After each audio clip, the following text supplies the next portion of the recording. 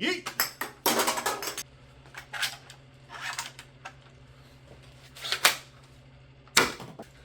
Yeet! It's not every day you get to check out a blaster from your dreams. Right here is the Yeet Hammer from Spire Makes. And I am very excited to announce this blaster is available at Printables, or if you'd like to pick up a kit or a fully assembled one, head on over to Bears Wares US, link will be in the description. Now I do want to know I am so excited about this project. I actually went out and bought a hardware kit and printed and built this one on our Bamboo X1 carbons. And let me tell you, this thing turned out beautifully. And what exactly is a Yeet Hammer? Well, it is a silly shell accepting bolt action springer that really packs a punch. So in today's video, we're gonna run down all the things about this blaster, things I absolutely love about this blaster. There's a lot of detailing. We're gonna talk about the silly shell ecosystem and how amazing it is and what it has to offer. And then I'll give my final impressions of the Yeet never mind. I absolutely love this thing. Spoiler alert, I love this blaster. With all that said, let's jump into the video and take a closer look.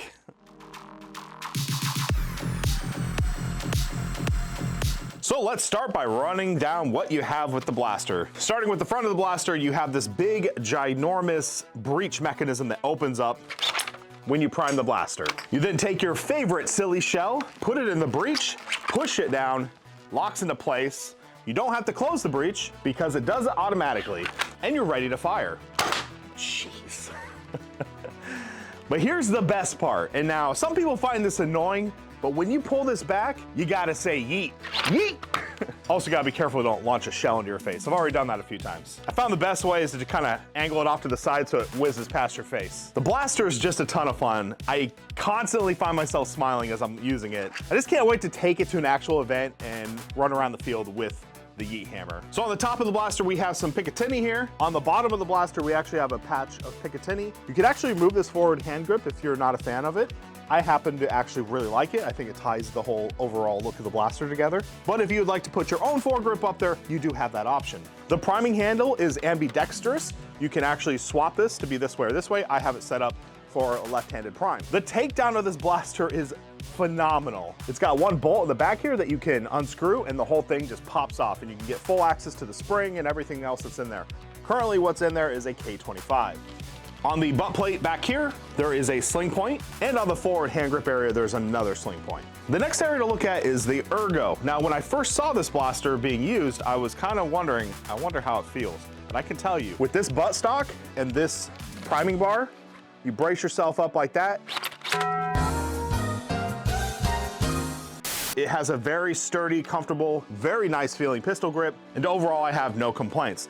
I will say the forward hand grip is not the most comfortable thing to hang on to, but it looks so good, and it definitely does the job. We have to take a moment to go over the stylings of this blaster. It is just phenomenal. Now I went with a very fluorescent color scheme, so it might be a little bit hard to see on camera all the detailing, but this thing is covered from head to toe with just beautiful greebling, very sci-fi aesthetic, very Gundam Wing inspired, and I absolutely love it. There's so much attention to detail on this blaster. This blaster is truly a work of art. So that's the Yeet Hammer. Let's talk about the silly shells because this is a new shell system that's entering the hobby. And myself and others believe that the silly shell is probably gonna be the standard shell for the hobby. There's so many good things about this shell.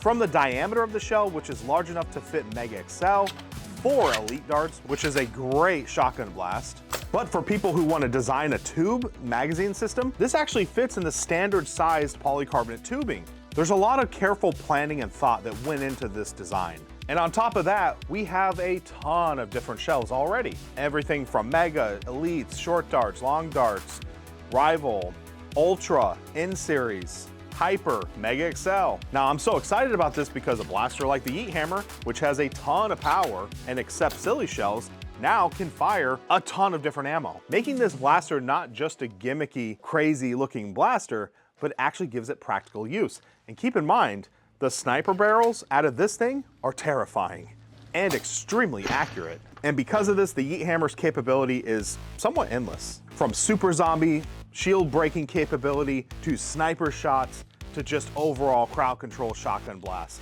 Whatever you want. So in the end, I'm a big fan of the silly shell. Now, the last section I want to talk about is the build. For this particular blaster, I really wanted to build it. That's why I purchased a hardware kit and actually printed all this stuff out. There was a lot of very intelligent decision making on how to design these parts, how to print them, make them so that you can print them without supports, and just a whole lot of really cool little features. You know, from the side cover panels that snap together, the greebling on them, the design work, even the quality of life of building this.